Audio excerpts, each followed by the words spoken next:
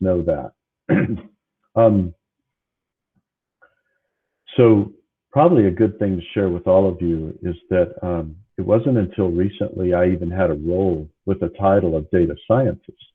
But obviously as a PhD, I've been working with data my whole career, working with analytical techniques, working with lots of data, but kind of more on the different side of the community where we use a lot of physics.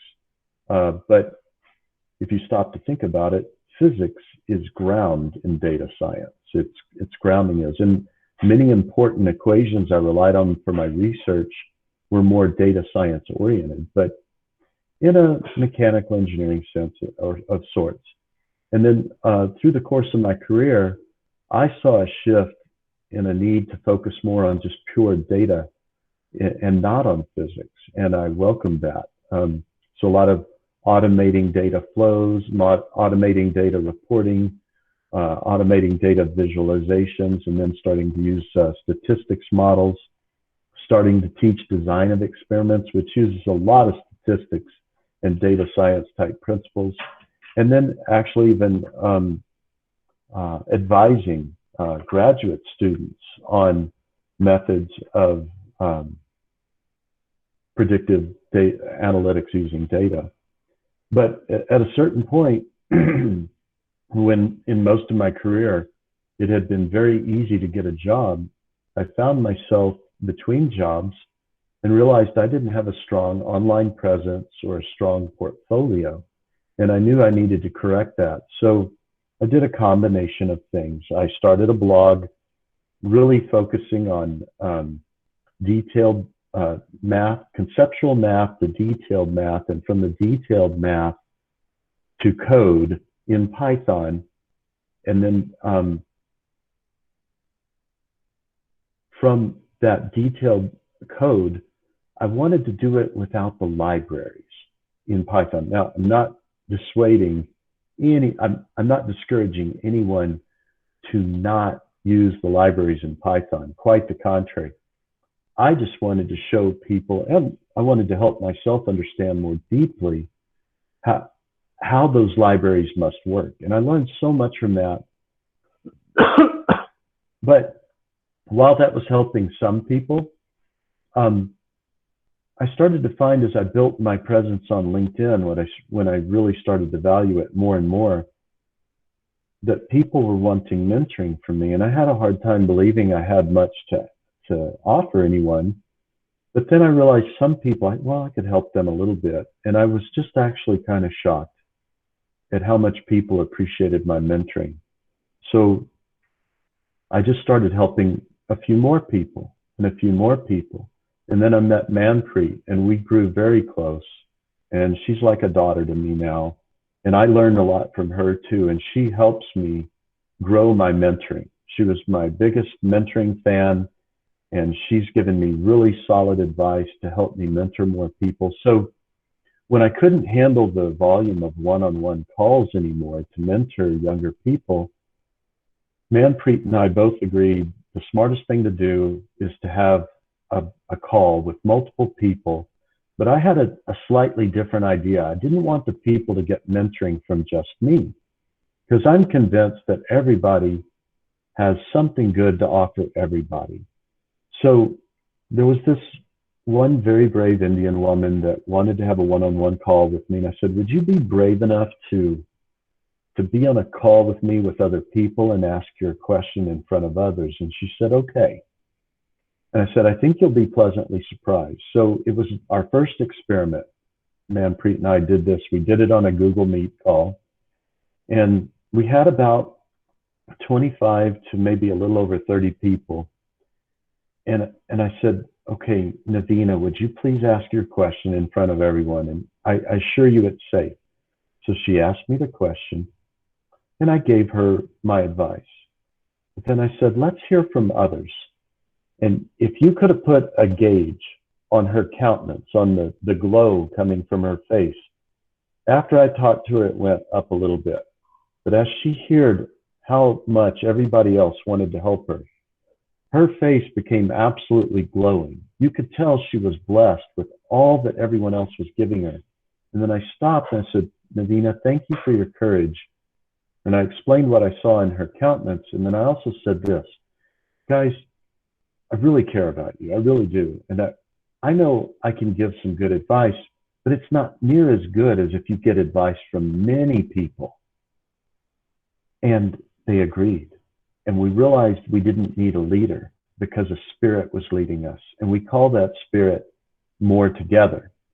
Now, we do have what we call a steward committee, but it's not a leadership committee. It's a committee devoted to how can we help our community better and better. And by the way, all of you are welcome to those calls we do on Saturday. None of you would be excluded from that. Send me over LinkedIn messaging your email or to Manpreet or I. Please connect with us both, and we will add you to our list. I suspect many of you are there, but our Saturday morning mentoring sessions, that Saturday morning, my time, it would be approximately Saturday late their time. Evening. Yeah, there you go. Thank you. So about 6:30 your time, and just we welcome all of you. And then we've realized we were going too long, and people were afraid to get off the call because they didn't want to miss anything. So now we try to cap it just after an hour, but then we have an after party just because we love each other so much and hanging out. So now we do that. But it's also grown into some serious data science skill mentoring. So Geith and I, one of our members, family members, he's like a brother to me. He's Syrian, but he's working in Dubai, UAE, and it looks like he'll be moving to a new job in Europe soon. But he and I are both teaching a class together with Manpreet as the lead TA helping us. And we're also writing a textbook from our experience of teaching the class. And PAX is going to take us on. We're very honored by that. So we're going to write it with PAX. And we're also going to try, I know you guys prefer English, but there are parts of the world that still need a translation in their native tongue. So we're going to try to make multiple translations of the textbook too. But I want to share a statement with y'all that we've found to be true. And definitely Manpreet, because she's very brave. She's always putting herself out there in a good way. And by the way, guys, when you raise your head up and you try to give and get experience at running shows and doing stuff, sometimes the world beats you down. And Manpreet and I want you to know, we encounter mean people. What do? We encourage each other. You know what? Even the best YouTube videos have some thumbs downs. In fact, sometimes you can't understand why anyone would thumb down a video. And so when we encounter the mean people, we just encourage each other. Don't let them pull you down. Let's just keep trying to give. And but to that spirit, also what I'm trying to say is, we found this: do what you can, then do what's possible, and then keep finding possible ways to do more. And before long, you look back and you're realizing you're doing what you previously thought was impossible. And I have a heart for Africa, and I want to see you guys live that spirit and have a more together spirit amongst you. But we're happy to have you as part of us too. And that's it in a nutshell. I get to be here for another 44 minutes because I have a meeting at that time. Manpreet might be able to stay longer with you guys, but please ask questions. I see Haroon. Thank you, Thom and Manpreet. We always appreciate your commitment in helping data science East Africa community. Absolutely. We're honored to be here with you. Love to talk with you. Do you have questions for us? Do you have fears? I think this is a very safe space. So please ask away. You can go off mute or just put your question in the chat, whichever you prefer.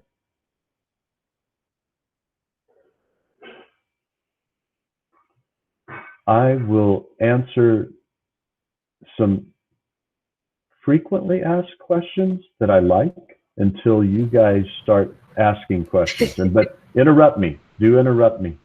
So one is this: how should you get started? I'm a big fan of just finding all the free courses you can.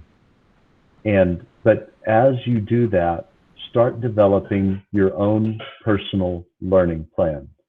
Now, in our blog, and Manpreet authors posts on that blog too, I'm putting the link in the bottom.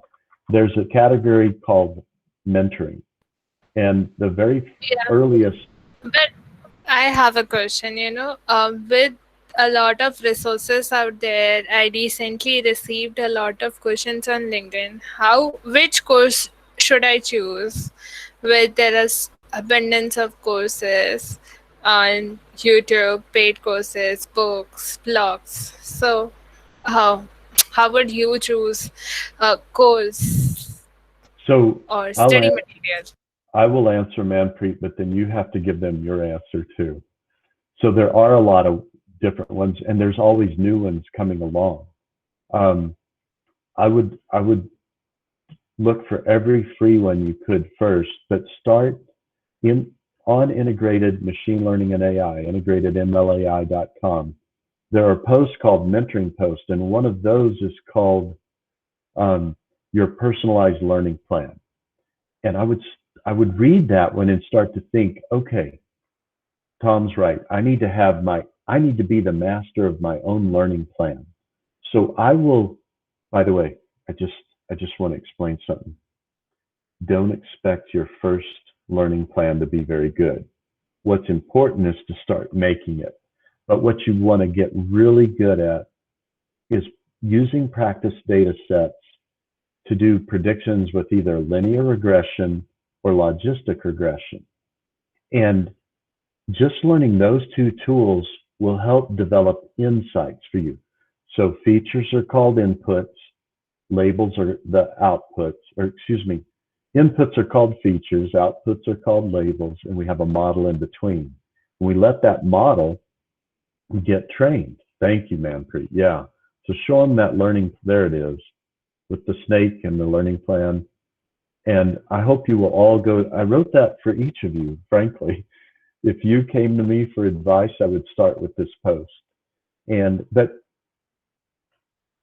I do encourage you to get really good at understanding all the things you got to do to features to train your models better, and to the labels. And then if you just get to where you know how to get good predictions with linear regression and logistic regression. Again, linear regression is for continuous predictions like regression, where the output is continuous, and classification, use logistic regression for classification, where you're trying to predict what group these inputs would lead to a classification of. You get really good at those two. Then once you have your code set up, we call it a pipeline, to clean all your inputs, your features carefully, use it in training your model and predict an output. Now, the difference between your predicted output and the actual output, the training algorithm uses that difference and tries to reduce it, and that's accuracy. And this is it at a high level in a nutshell. But you just want to get really good at those basics, and with simple data sets starting out, even making fake data so you can practice. And then you'll be able to grow from there. And you can always reach out to Manpreet or I. Hey, I feel like I've gotten really good at linear regression, logistic regression. I've done some practice data sets with that. Like if you Google sklearn, Manpreet, will you type that in the chat? sklearn practice data sets. Data sets is one word. That's huge. Just learning to use those practice data sets, it's huge. And I believe there's many blog posts out there that will walk you through some of that. But also, I think it's really important. Perfect. Perfect, Manpreet. Maybe an S on the end, but that'll get them there. Don't try to learn from one reference. If you're trying to say, okay, I'm going to take Thom and Manpreet's advice. I'm going to just go get good at linear regression first.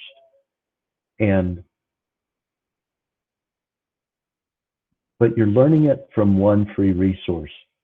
Don't feel like you need to only use that resource. Sometimes we get stuck on a concept we can't understand, and just by doing a Google search on that one concept and reading a few articles on it, somehow we magically go, oh, okay, I get it now.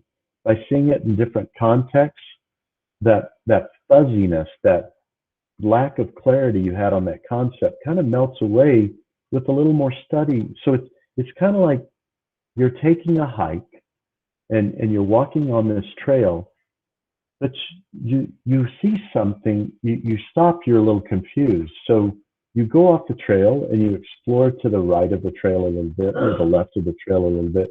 You're looking at other perspectives off the trail. And now that you've seen it, you go, oh, okay, I've seen where we're going from the left and the right a little bit. Now I'll get back on the trail and keep walking. But it's a lot like that. So I hope this is helping. And I'm going to look at Abdul Hamid's comment here. As a medical student, what is the best thing to navigate in? Deep learning, natural language processing? What exactly is that thing that makes one feel the rush of impacting in the medical space while at the other end bring in money? Okay, and great that you're from Nigeria. Thanks for letting us know that too. Abdul Hamid. I think I'm saying your name right. This is an excellent question, by the way. You do want to learn deep learning, but not first. The best way to really understand deep learning well is to get good at linear regression and logistic regression, because they are the building blocks of deep learning. Each neuron in a neural network is made up of linear and logistic regression, and that's the power of it. And then even if you don't derive backpropagation yourself for a neural network, it's good to understand the principles by which it's derived. It's good to have at least a feeling for why the cost function or the objective function is derived from information theory. It's because we cleverly use math, like Shannon did, to say, the data's the data. I've got this data in hand and I want to use it to make a prediction. But we do some clever things with the objective function to improve the signal strength when we're training the network. But understanding that training also comes from understanding the math and training linear regression and logistic regression. So, and if you have time, and I have blog posts on this that explain the detailed derivation math on our blog, integratedmlai.com. I show you how to develop these squares from scratch, why sometimes we can't use the closed form solutions that I teach you how to use. We have to actually use gradient descent. Those are great things to go into, but don't feel like you have to go into them right away. What I want, by the way, the longest walkable trail in the world is 14,000 miles long. It's from the tip of South Africa. It goes up or over the top through Egypt, along the east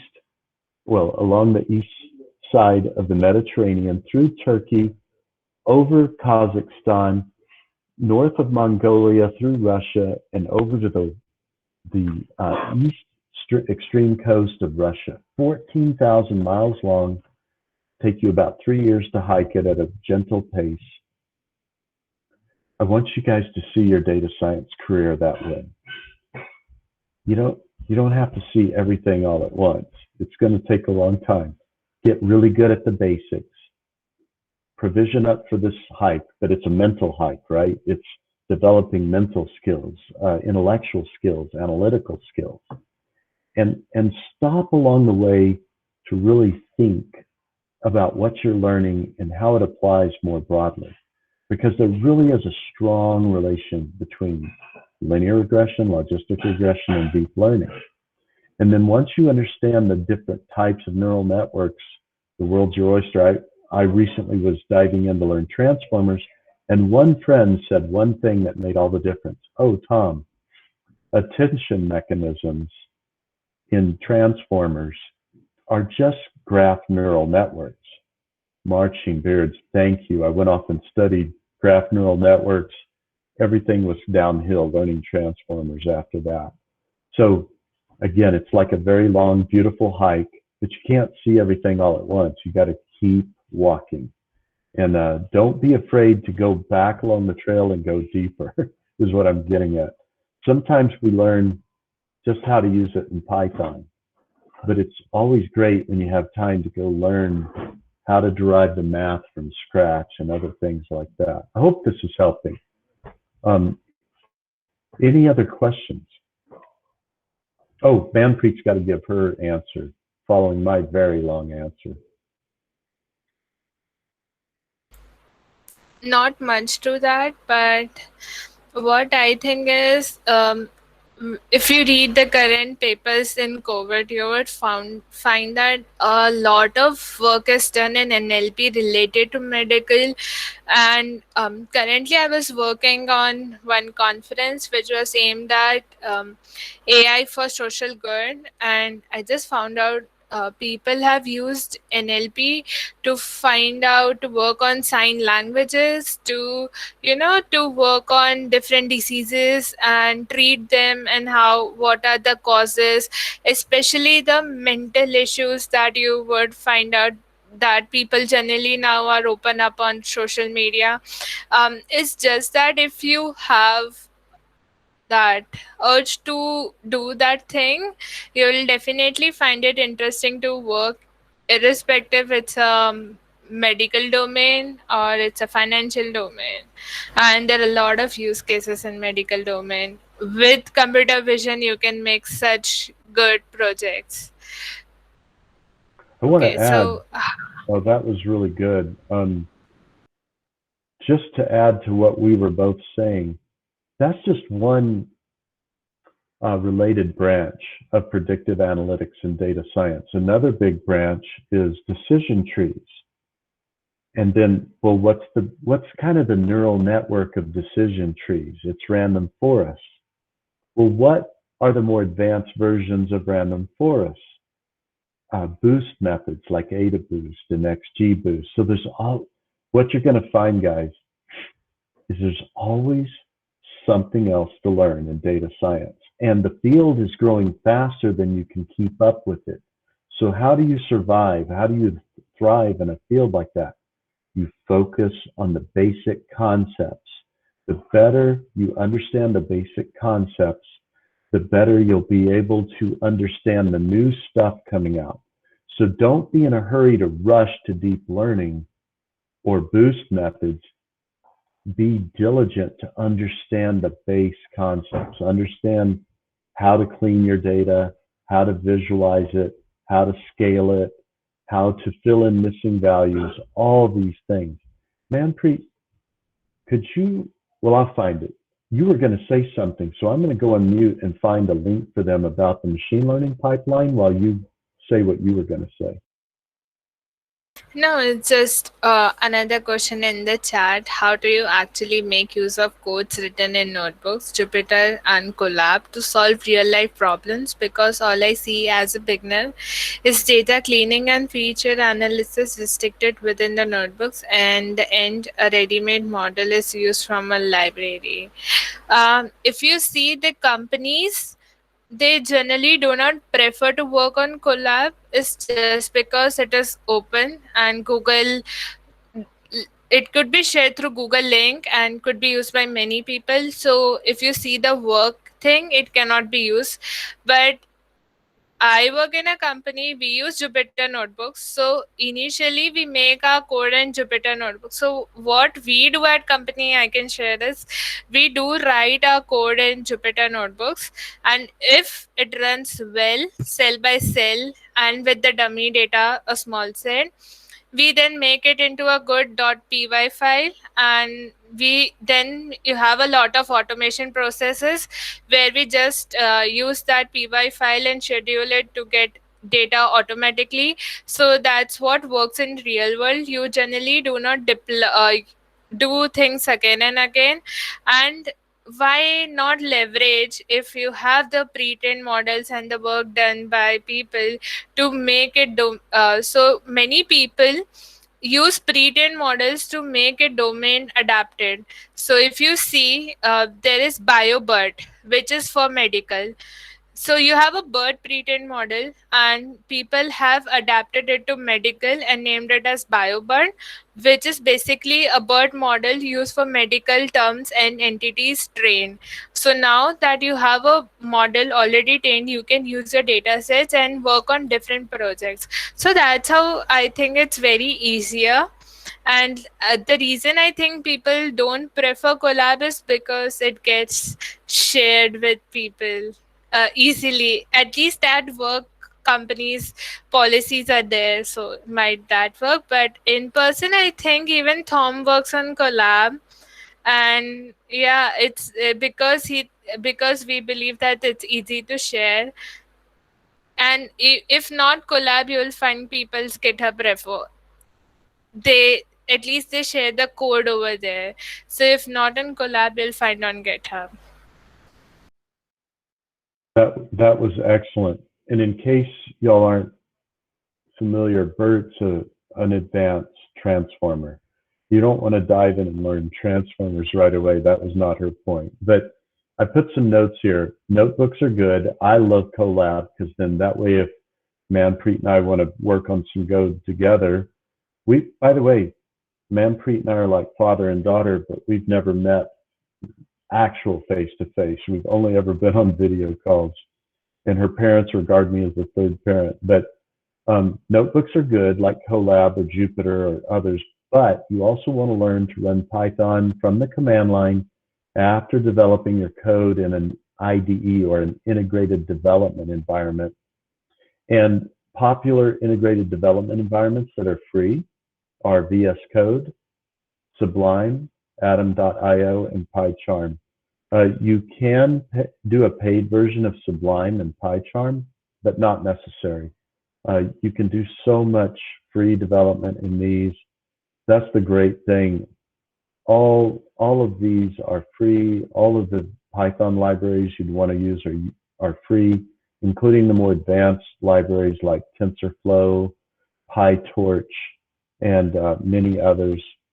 And as you learn about things, don't feel like you got to learn them right away, or as you hear about things, don't feel like you have to learn them right away, but get good at adding them to your learning plan.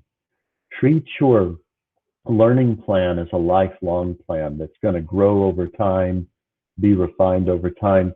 And sometimes you want to go back to old skills that you've learned, but learn them deeper. Like, for example, let's say you're in Python and you learn linear regression and you get good at it in Python, but now you think, yeah, I remember Thom talking that at some point it'd be really good to go back and derive linear regression equations from scratch. In other words, at least square a solution. And then to appreciate how to solve that in a closed form method and how to solve it with gradient descent. Now, that's more advanced mathematical stuff. Don't feel like you have to do that right away. Try to understand it conceptually from the start. But later, once you've got some miles under your feet on the trail, then you can go back and dive in deeper. And there's awesome free books out there too. I'm gonna let Manpreet talk a minute. I'm gonna look for a link to Tom Mitchell, an old version of Tom Mitchell's book on machine learning, which is really good. And it's a great first book to read on machine learning.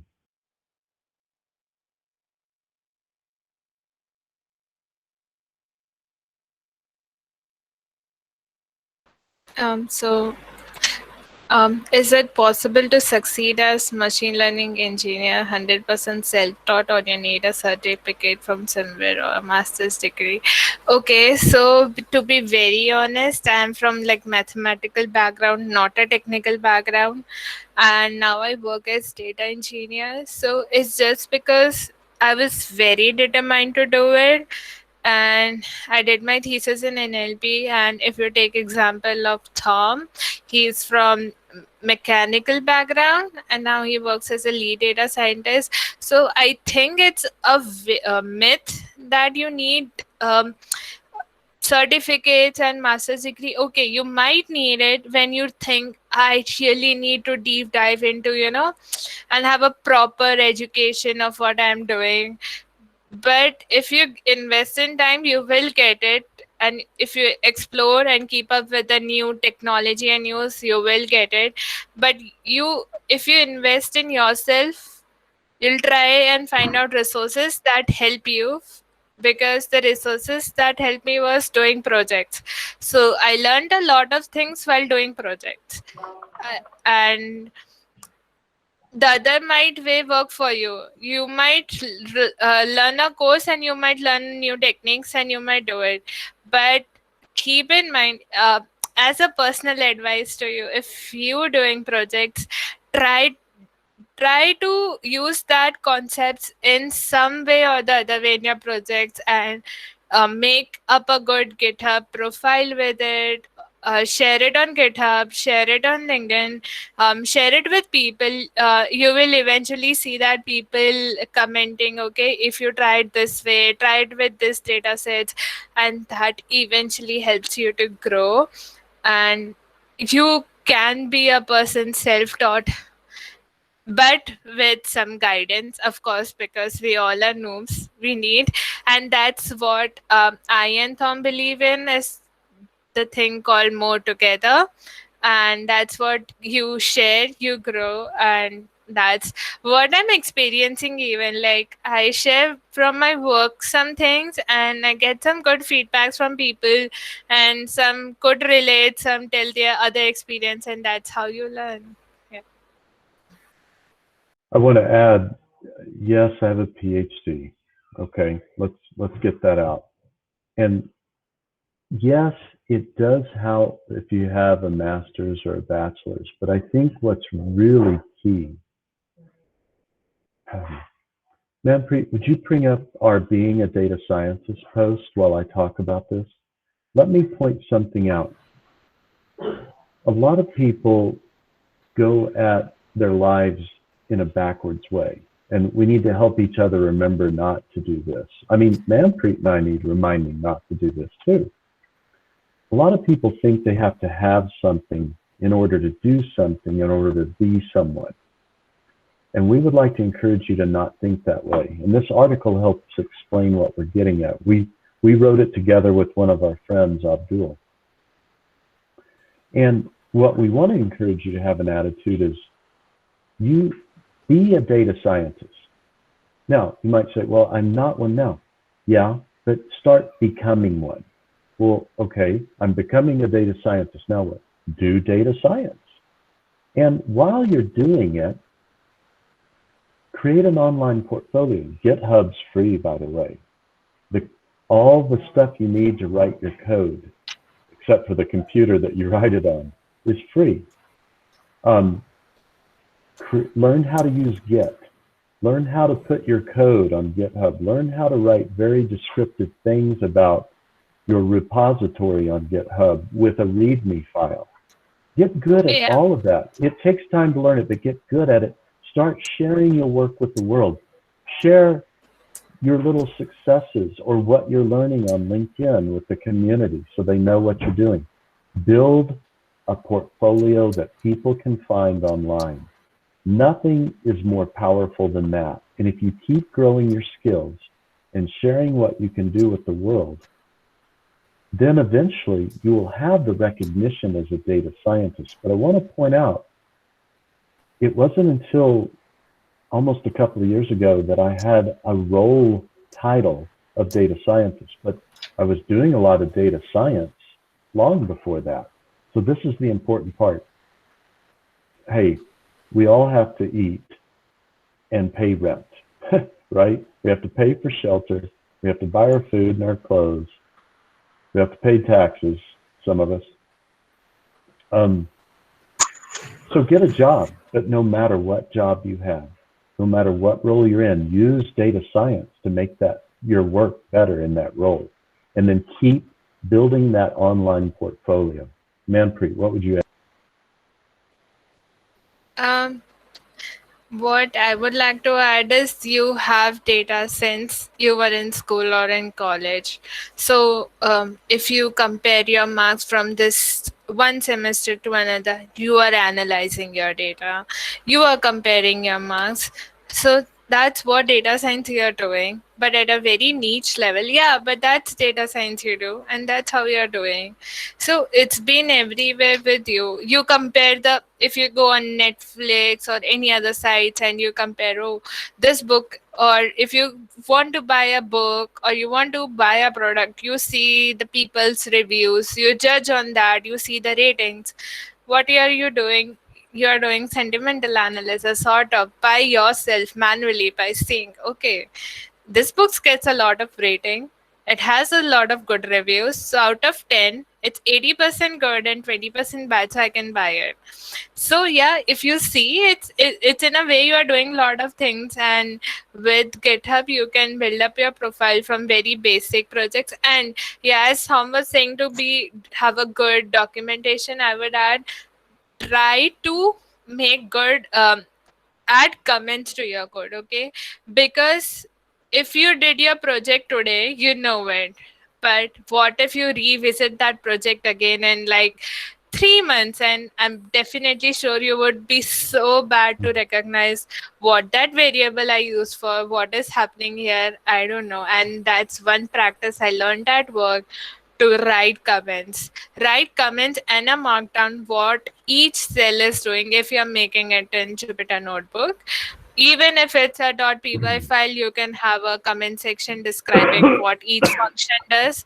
So it helps you to revisit, and it also helps the person who's coming to see your GitHub profile to know what actually you tried or you failed at, so that they can, if it's even good you failed at some point. So if X person tries to pull your code and tries, he knows, okay, I'll not try out these techniques because he already failed at it, so I'll try something new.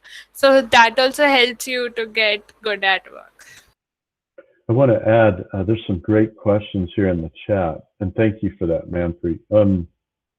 Between Microsoft Azure and Amazon AWS, which is better to learn? Now, I think at this highest level, accountancy online mathematics lessons also ask, hi, to be a data scientist, which programming language should you focus on? Well, let me share a funny story with you. Statistically speaking, if you're really good at Python, it'll be easier for you to get a job in data science than if you know R.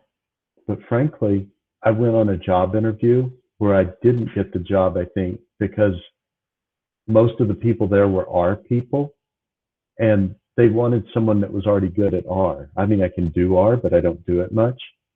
So what I'm trying to say is, even if we could answer which is best to learn on Azure or AWS, it kind of depends on which interview you go on. I would say learn the one that you like the best and just focus on that. But frankly, if you know one or the other, and a company is really concerned about which one you know, I think that company, don't repeat me, I think that company's being stupid. I mean, literally stupid. Because if you proved you're really good at one or the other, that means you're not going to have a problem learning the other. So also with the programming language, if I were running a group and a guy was good at programming in R and he didn't know Python well, I wouldn't let that stop whether I hired him or not. I'd be thinking, can this guy or this woman, can they fill our needs the best? I wouldn't be worried about whether they programmed in Python or R, but yet some groups will worry that way. So with all that said, I want to reveal a secret. I've only used Azure. I've never used much of AWS, just a little bit. If a group was worried about how much skill I had with that, I'd literally look at them and say, are you serious? Do you really think it would be a big deal for me to learn that? If you think that and you're just wanting someone that's an expert at that, you're hiring monkeys. So let me just save us both time. I wouldn't talk that rude. I'm just trying to make a strong, dramatic point that learn one or the other, learn the one you like the best. There's still not always good perspective on who should be hired, but I will say this. If Manpreet were coming to me, because we're so close, he said, I don't have time to focus on R and Python. What do you recommend? Python. Because even you can just do so much more with Python other than just data science. Whereas R is awesome, by the way. It's built on top of Fortran. Python's built on top of C. R is awesome, but it just can't do the breadth of things that Python can. But it's well supported by the data science community. So you can't really go wrong. It's just that if you want to do more than data science stuff, more than statistics stuff, you probably want to learn Python. Hope that's helping. Oh, I'm going to paste some resources here. These are free learning resources. So I've repeated this link, this one link, my teaching with friends on machine learning pipelines. Then Thom Mitchell's book. It's an older version, but it's free. Kaggle has great tutorials. And once you've worked through sklearn's practice data sets and they're boring you, Kaggle's got some real world data that's tough. KD Nuggets is a great site, and they have this machine learning from scratch free online textbook. And then Data Science B is a great site too. But this is just some of them. If you type free data science learning resources in a Google search, you'll find a lot of excellent stuff out there, but evaluate it. You know, it takes time to learn, and you want to choose your curriculum carefully. But again, while you're learning from that curriculum you chose, you want to be willing to go look at other references when you get confused on a point, like we said earlier. Manpreet, do you have anything to add?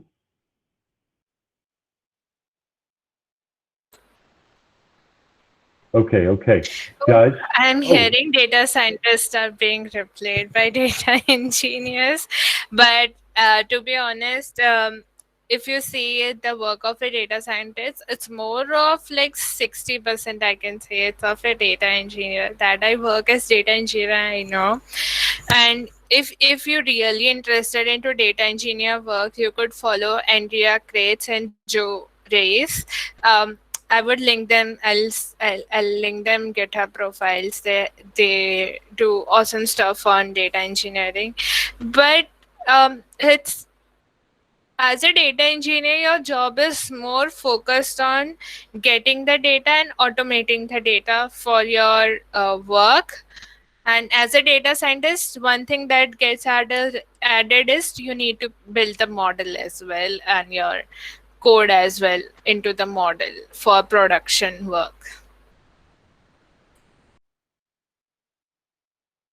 That's a great point. And in case it wasn't absolutely clear to you, Manpreet's story is in that Being a Data Scientist post. And she came to me kind of shy one day and said, Thom, I got a job offer. Oh, that's great. What's it for? And she said, well, it's a data engineer with Pact. And I was like, that's awesome.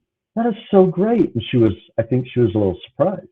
I said, Manpreet, you really can't always expect that your first job is going to be a data science role. And do you know how much better a data scientist you'll be by starting out as a data engineer? And then she got excited. Like in the article, she is Ta-R, T-A-E-R. She's representative of that character in our story on Being a Data Scientist in the post. And it's quite comical. You should read that post. Oh, yes. Joe, in fact, forgive me. I was messaging Joe a little bit during this talk because we were planning a show on transformers, and Joe's a fun guy, but he basically calls himself a recovering data scientist that's a data engineer. And Andreas Kretz, he's regarded as a very good data engineer expert. But boy, if you have a chance to get good at both, that's great. But no, they can't.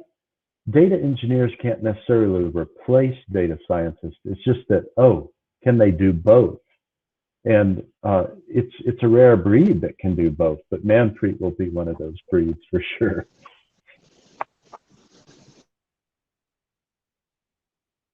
I hope so.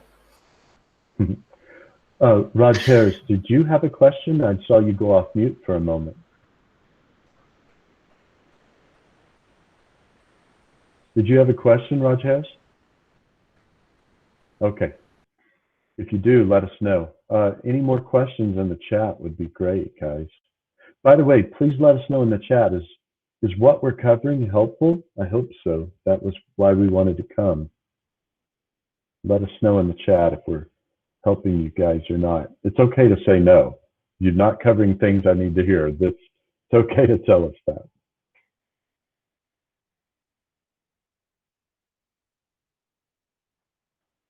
Oh, good. You have Thank a you, good question Abdul. to go. Yes. What is the difference between ML and AI? Okay. Think of AI as a big circle where you're automating things, okay? Using things that look kind of intelligent. Now, think of machine learning inside of that circle, but smaller. Now think of deep learning inside the machine learning circle, only smaller. Now think of transformers inside the deep learning circle, and it's still smaller. Now, just because they get smaller doesn't mean they're less popular or less needed. It just means they're getting more specialized. I hope that helped. In fact, Manpreet and/or I will create a graphic for that. There's a good one that exists that I stole, and I told the person I was stealing it, and they gave me a thumbs up. A lot of times we steal each other's graphics in our community, but we like to give credit to each other when we do it.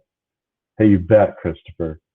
Okay, good, Haroon. Thank you for that. And Abdul Hamid, I really appreciate that. And Ken Joel, that was a good question. Thank you for asking it. I hope the answer helped. In about 6 minutes, I have to get off for another call. Manpreet can stay on if she has time. But I want you guys to know, if you're not connected with us on LinkedIn, feel free to connect with us. You can ask Manpreet or I to add you to our Slack work group where we chat and help each other all the time. And that ensures that you also get invites to our Saturday sessions. And then our current class registration's closed, but we will have future classes. Oh, thanks, Ken Joel. That's so good to hear. And yes, guys, I just want y'all to know we consider you part of our family, part of our community. So if Manpreet and I can't come back, there's always someone from our community that would want to show up and help you guys. We consider you a part of us, and we hope you consider us a part of you too. We're really honored by that level of community. Help more together. I hope you guys will start saying that yourselves, more together. And by the way, it's not easy to live, but it's better. It's a better way to live. And we invite you to help us live it better with you. Before I started my journey in AI, I always thought it's all about robotics, but now it's all data. And actually, Abdul Hamid, I'm glad you asked or stated this. Let me clarify something. I have background in nuclear plant operations, which means power plant operations too. I have a background in robotics. My PhD was in design and modeling of hybrid electric vehicle power plants. I want you to know, Abdul Hamid, I see AI affecting all of those areas, and I mean deeply. So it's not that it's all about robotics; it's about robotics and far more. I hope that's helping. For example, there's an area that we didn't cover called reinforced learning that I love, and it's kind of hard, frankly. I mean, I've taught control system design 5 semesters at a university level, even to grad students, and I was very challenged by reinforced learning, and I'm still learning it, but I've gotten to the first peak of learning it, and I love it. But I needed to stop that to learn transformers for my professional work, and I'm eager to get back to apply transformers to reinforced learning. But those robots that you see that can walk and run and do almost how do you say it, carpour, or it's that art of gymnastics on the streets and and stuff over walls and things. Those those androids and those dogs, robotic dogs and robotic people, they're getting quite skilled. But um, all of that kind of uses forms of reinforced learning too. I want you to know that, Abdul Hamid. So don't give up on that dream if you really want to do the robotic stuff. But yeah, it's so much more than just robotics. So many more areas. That's why it's exploding. It's powerful. All right, I'm going to get off. Manpreet, can you stay on the call, or do you need to get off too? You can stay? Definitely stay for like 5-10 minutes more. That would be great, because I do need to go.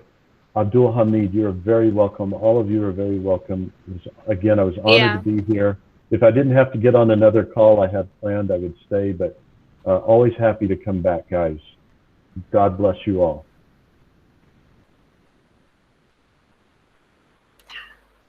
Yeah, so if you people have any question, I would love to answer.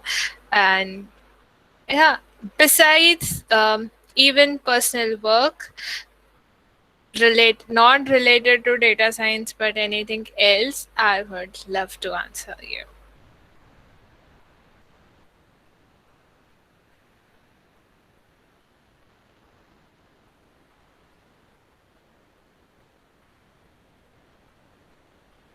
So is it something there? Um, okay, how did I start? So I got into college and I was doing my integrated MSc in math. So it was like a 5 year course. So what I did was I was very interested into coding since like my 12th. So here in India, I after my like grade 12, I went to for coaching in Python and Java, sorry, C and Java. And when I went to college, we had this GDG clubs, Google Developer Groups, and we used to have sessions for like first year rights to work on different technologies. I had my hands dirty on Android Studio. I had my hands dirty with HTML, CSS, and web dev. And finally, when I went for an internship where I was taught about Tableau, Python, and R, it got me really interesting. And from then, when I went for my second internship, I got a project in NLP with Indian languages.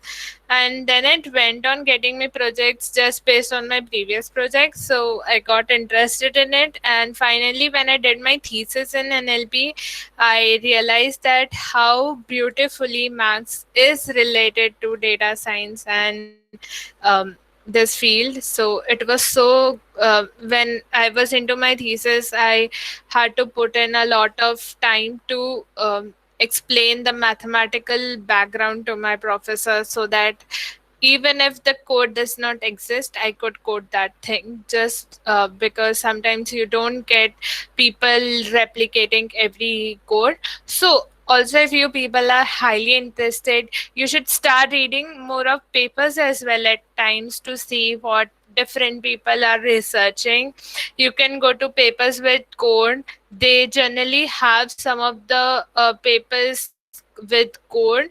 So you can even try, reading that code, that with this paper, how has the code been done, and maybe you can try out with different data sets and share your opinions. Okay, this thing was done, but when we deploy this paper on our computer system, which does not have this much computation power, we face this much issue. And you never know, because these types of papers are even accepted when you show that these papers are based on such high computation power and such large data sets that a common people can't afford. So yeah, this is also one thing you can experiment with your learnings.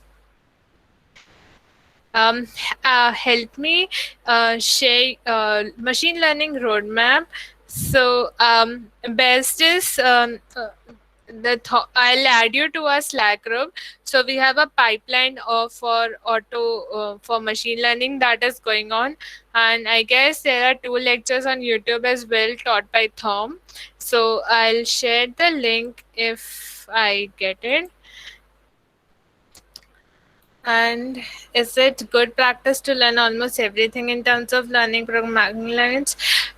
I don't think so. Nowadays, it's okay to start with Python, get very good at it, because in interviews, you're generally asked what is the difference between a tuple and a list, what is a dictionary, and how do you read a multi-level indexed Excel file, CSV file. So, with be very good with Python. You can go for HackerRank. It's quite good to practice your Python skills. And I think for now you should focus on Python. And if you want to go into visualizations, R is also something that you can experiment and work with. Yep, that's all I have to say. Even I'm still a learner like you people, and I'm still learning and growing myself.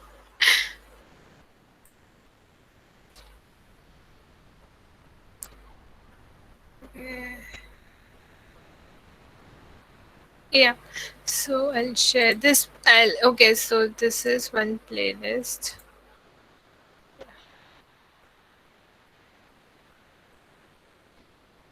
So this is one of the classes that Thom is teaching currently, and you all can go and watch it. And as soon as get some good resources for machine learning, I'll definitely share it with you all. But if it's you are a very beginner, first started with Python, and then get into like logistic regression, linear regression, and so there is one book called Pattern Matching. Um, Patterns matching in machine learning. It's one of the most recommended book in machine learning to go with detailed maths. So if you want to learn through that, you can even learn through that book. Okay, so it's called Pattern Recognition and Machine Learning. It's maybe it's something in it's by Christopher Bishop. So um, yeah, I can share you the book name. Also, trying to get into some summer schools that happen if possible, or some boot camp courses. It helps you to interact with people and know more.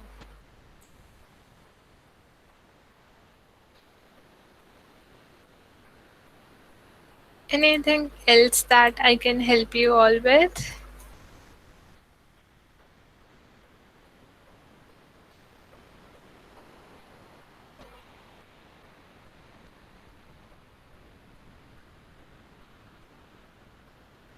Yeah, yeah, same book. Yeah, yeah, sure, go ahead.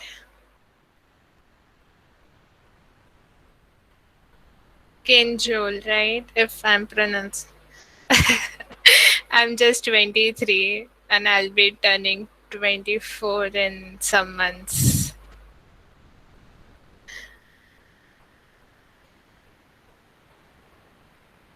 I hope that answers your question. thank you so much for having me today with you all, and it was so good talking to you all. And you can connect with us on LinkedIn. I'll share my profile for the reference, and I host meetups on my own channel as well. So if you find it useful, you can go and watch them as well. Yeah. Okay, thank you, Manpreet. Can you hear me? Thank you for having me. I'm looking forward to interact with you all in future as well. Okay, thank you. I want to know if I'm audible. So maybe Manpreet or anyone else can confirm if he or she can hear me before we go on. Sorry? Can you hear me? I want to know if I'm audible enough so that I can go on talking. Um, I did not get it. I'm not getting your voice clearly.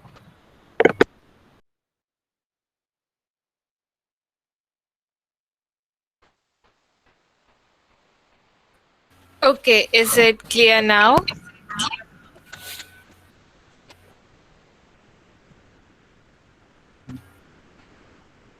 Mute. Then mute him. Okay, Yeah, I yeah. think you can hear me now. Yeah, yeah, I can hear you now. Okay, I wanted to thank you for creating your time and talking to us, maybe creating some insights and helping us understand data science. We'll be pleased to host you again and again. Feel free to always reach out to me whenever you need a Yeah. session or whenever you need our team or our community to meet your community. So Yeah. at this point, I want to welcome any question. If you have something to say to Manpreet, you can unmute your mic and talk. Kindly make it short and brief. Yeah.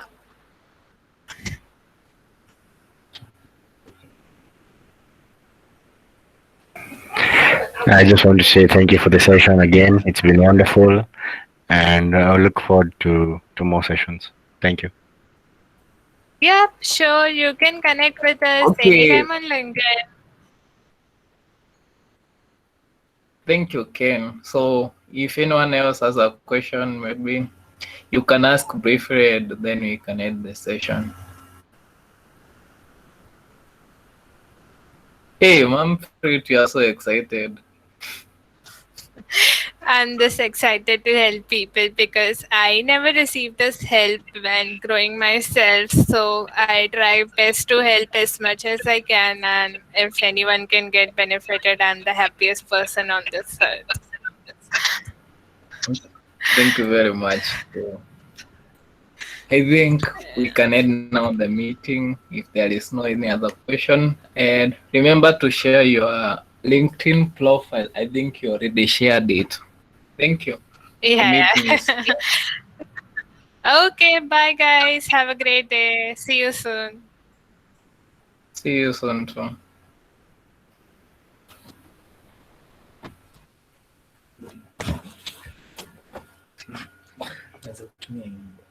So.